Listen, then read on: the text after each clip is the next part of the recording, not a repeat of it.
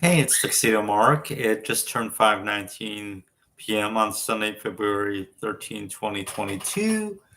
And this is my review of the Saved by Bell revival, uh, season 1, episode 10, the season finale. It's called Showdown.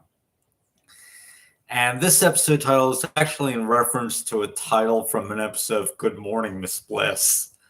But anyway, so the students are going to stage a walkout at 1 p.m. A school-wide walkout. But they have to get all of the members of all of the cliques to agree to everything. But all of the cliques are like fighting against each other. And even the Douglas kids are fighting with the Bayside kids and vice versa.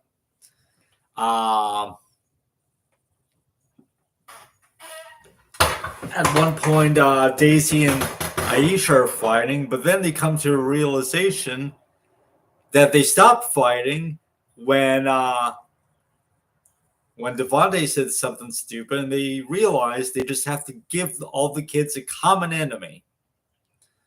And this walkout, there's going to be television stations covering it, and Max says that supposedly his dad's going to be coming. Anyway, but let me back up a bit. We see Mac eating dinner with Zach and Kelly, and it's kind of funny. Zach just offhandedly mentions, "Hey, remember Tori?" And Kelly's like, "Who?" Because if you don't know, in the original series, after Kelly and Jesse's actors quit, well, they didn't quit. They fulfilled their contracts, and they filmed the graduation or taped the graduation episode. Everything was done. And then NBC was like, more episodes, please.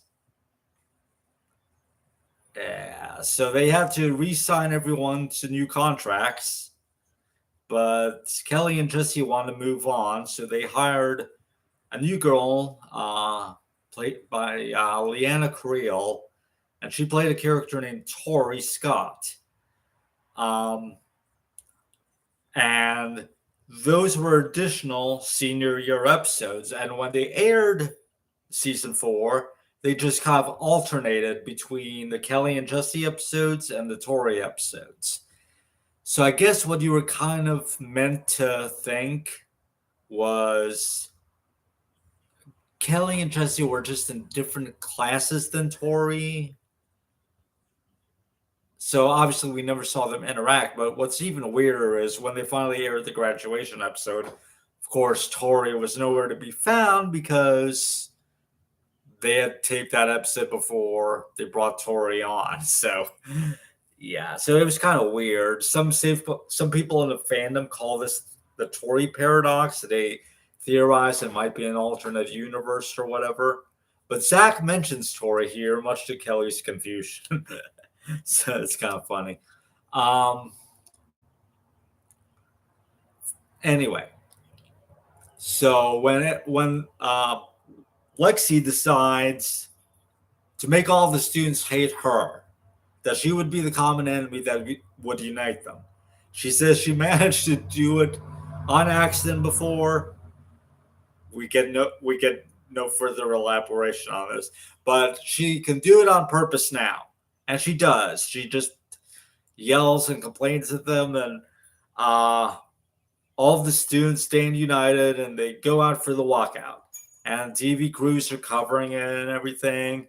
Daisy is handing a megaphone. She starts talking, but then Mac interrupts because Governor Zach has shown up.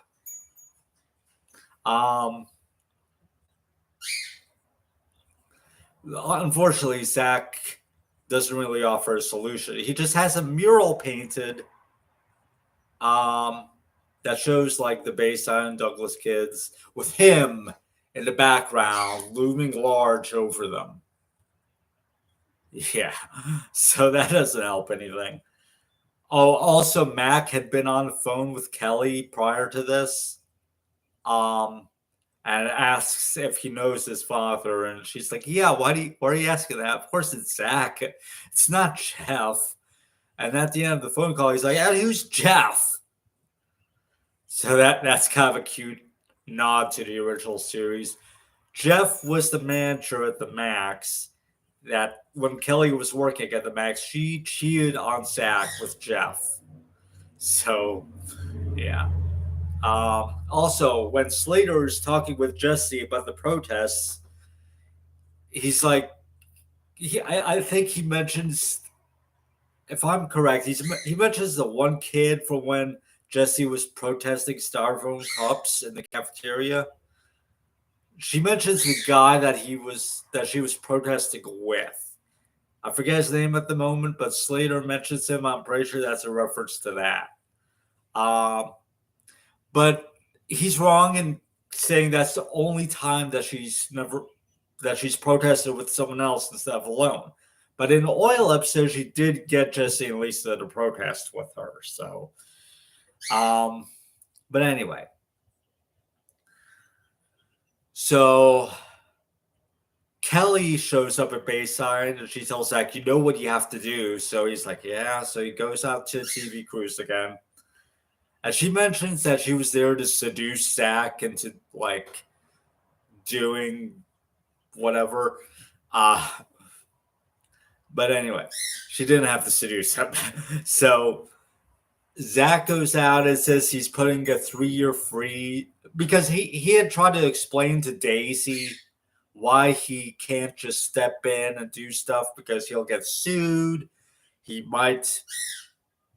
Someone might challenge him in the next election. He won't get reelected. He won't be governor anymore. He'll still be a hot lawyer, but he won't be governor, and he won't have the choppa, as he calls it.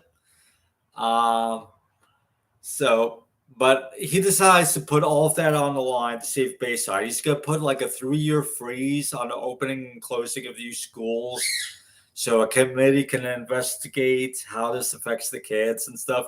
And as he's saying this live on air, he keeps getting phone notifications that he's getting sued by multiple people and corporations.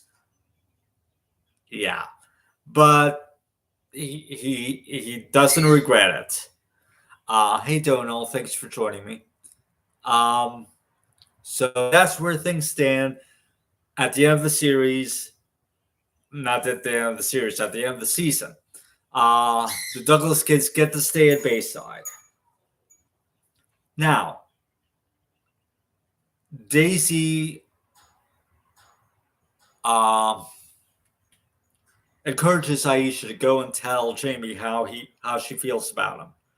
Now, earlier in the episode, Lexi admitted to Jamie how she feels about him. So, when Aisha comes across Jamie, he and Lexi are making out. So, yeah, so Jamie and Lexi have gone together, which I'm happy for them. It's too bad about Aisha, but I guess that was poor timing.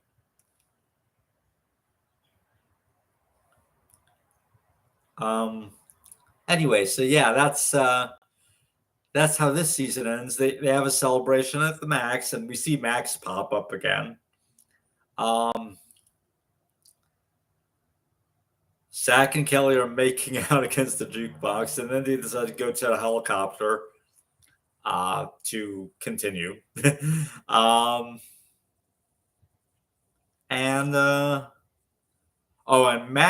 When Daisy says that she's looking forward to like no drama, not having to deal with heavy stuff, and just being a normal Bayside kid.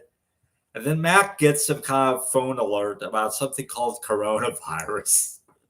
It's like, oh well. So that's how the season ends. So I guess this is supposed to take place in early 2020.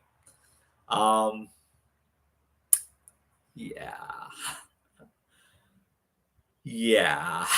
So yeah. I look forward to watching season 2. I'm gonna check Peacock to see if I can actually watch any season 2 episodes on there for free. If not, I'll have to wait to get the next DVD set. But yeah, I enjoyed this season.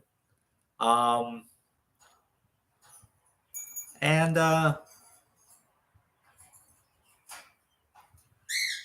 more thing that I want to say that's kind of sweet that Lexi said is that even though she pretended to be this big mean girl to get the entire school against her so they would be united, she admits that that's still in her. And Jamie's like, that's okay. I want the whole Lexi. Or I like the whole Lexi or something like that. So, yeah, I mean, Lexi has changed, but not completely. But yeah, she's definitely seems a lot nicer than she was at the beginning of the season. Lexi seriously has had the best story arc this season. But anyway, so thanks for joining me. And it's 5:29 p.m. and that's it. Thanks for watching.